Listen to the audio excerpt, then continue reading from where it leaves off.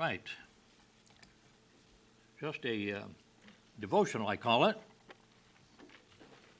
Doesn't develop it much, but goes into it enough to stir our thinking. One God. One God. This is sort of the theme of Israel, and especially after the Babylonian captivity. After, meaning after they had been released from that and came back, they were never again, do we read their history, that they went off into idolatry.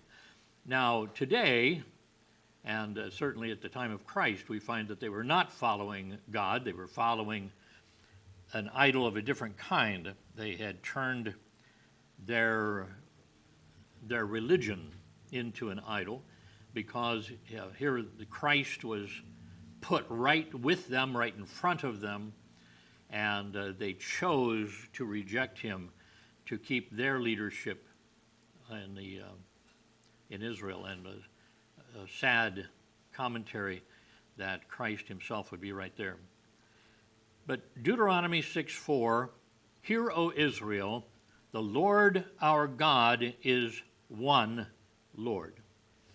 And this is the byword. This was the Shema was on the doorpost, and they would touch it, had a scroll with this and some of the other verses in it. So this great verse has been recited countless times through the centuries by these Israelites, setting forth their distinctive belief in one great Creator God.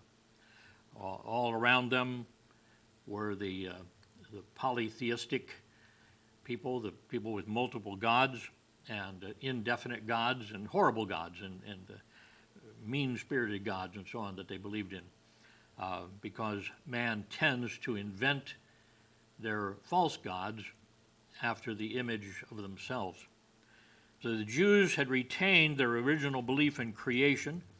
That, of course, had been handed down from Noah, while the other nations had all allowed their original monotheistic creationism to degenerate into a wide variety of religions, all basically equivalent to the polytheistic evolutionism of early Sumerians at Babel.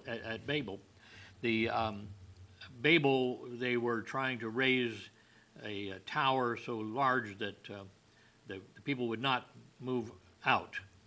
God's plan after the flood, as it was at the beginning of creation, but God's plan was for them to fill the earth. This gives man a sense of that, the joy of exploration, the braving the dangers to see what else is just over the hill, what's out there, where can we go after this, and what resources can we find over there. But they tried to keep them all there.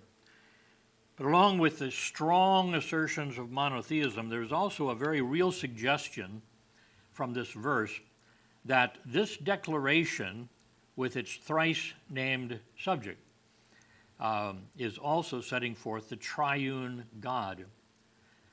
Let's look at this. The name Lord, of course, is Yahweh. In our King James, they capitalize the word that actually is the Hebrew word for Jehovah, or Yahweh, the way it's pronounced in the Hebrew. And this is the covenant name. This is the self-existing one. This is the one that Yahweh comes from the term I am.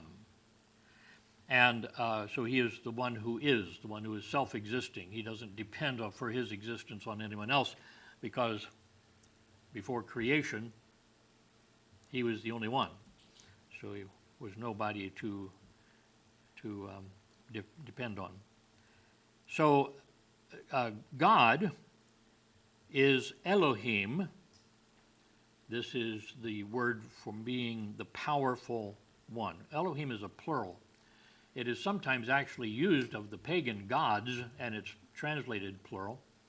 But this is a plural that in itself, and foolish men talking about this, they say, well, this comes from an early time in Israel when they believed in multiple gods. Israel began with one God and always believed in that one God until they departed from him to find other gods. No, Elohim actually refers to the plurality because in Hebrew, there's the singular, there's the dual, which is two, and then there's the plural, which is three or more. And this is the plural, the I am. We see it in cherub and then cherubim. That's the plural.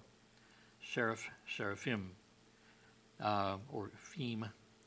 And so this is the powerful creator ruler. So Jehovah, our Elohim, is one Jehovah. This is that proclamation.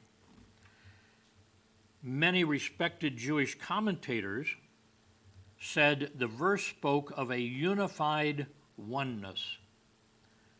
Interesting concept, because here Lord and Elohim, Jehovah and Elohim used together, yet claiming that he is one. This is rather than an absolute oneness. Absolute oneness means there's just one grain of sand, one apple, one thing. But this is one collection. This is unified oneness. So, the Zohar, interesting name, written in the Second Temple period, 539 to BC to 70 AD, said that the first mention was of the Father, the second, Elohim, of the Messiah, and the third of the Holy Spirit. And identifying then, very early on, the Trinity. The key word one is Strong's number 259, and it looks like that. You're reading from the right to the left. So the aleph first is the ech, then the che in the middle has this ha sound, and then the d, the daleth, is it's a dad. So it's echad. And it was often used to denote unity in diversity. Let me give you a couple of examples. We see that when Eve was united to Adam in marriage, they were said to be one, echad, flesh. Genesis 2:24. Therefore shall a man leave his father and mother, shall cleave unto his wife, they shall be one flesh. So they're not going to be a unity. They're not going to be a singularity. They're going to be a unity, the two together as one. Also, in the third day of creation, the waters were gathered together into one place. And yet, the gathering together was called, the plural word, seas. Therefore, more than one sea.